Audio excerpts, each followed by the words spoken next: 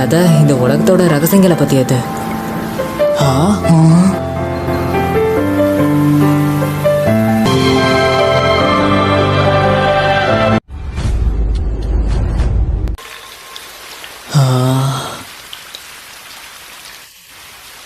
Tokyo ரொம்ப பயங்கரமா இருக்குல்ல?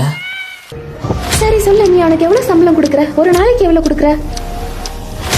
300 என்ன? அது அவனுக்கு எப்படி பத்தும்?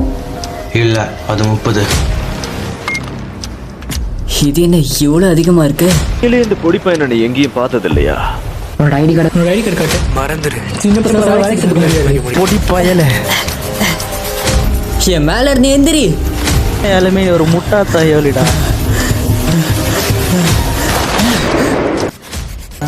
என் பேர் ஹீனா. அப்புறம் நீ?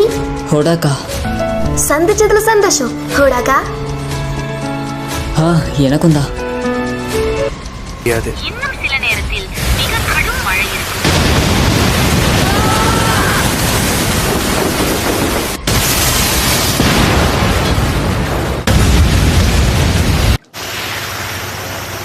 ஆனா அவ எப்பப்பெல்லாம் ப்ரே பண்றாளோ அந்த வானம் கண்டிப்பா அதை ஏத்துக்குது. உனக்கு ரொம்ப நன்றி ஹோடாக்கா.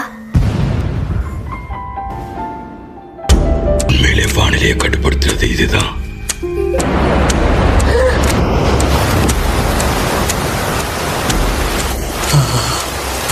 ஹீனா, உனக்கு நான் ப்ராமிஸ் பண்றேன் ஹீனா, நம்ம எப்பயும் ஒவ்வொன்றாவே இருப்போம்.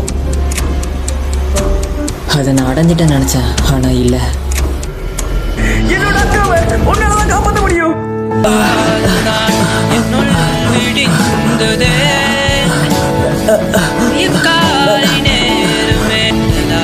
எஞ்சி கேட்டுக்கிறேன் ப்ளீஸ்.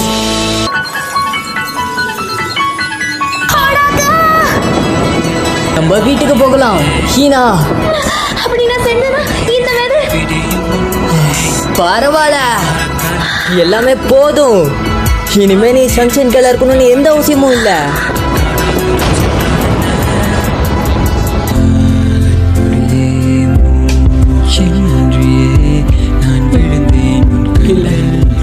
இது அப்படி இல்லை.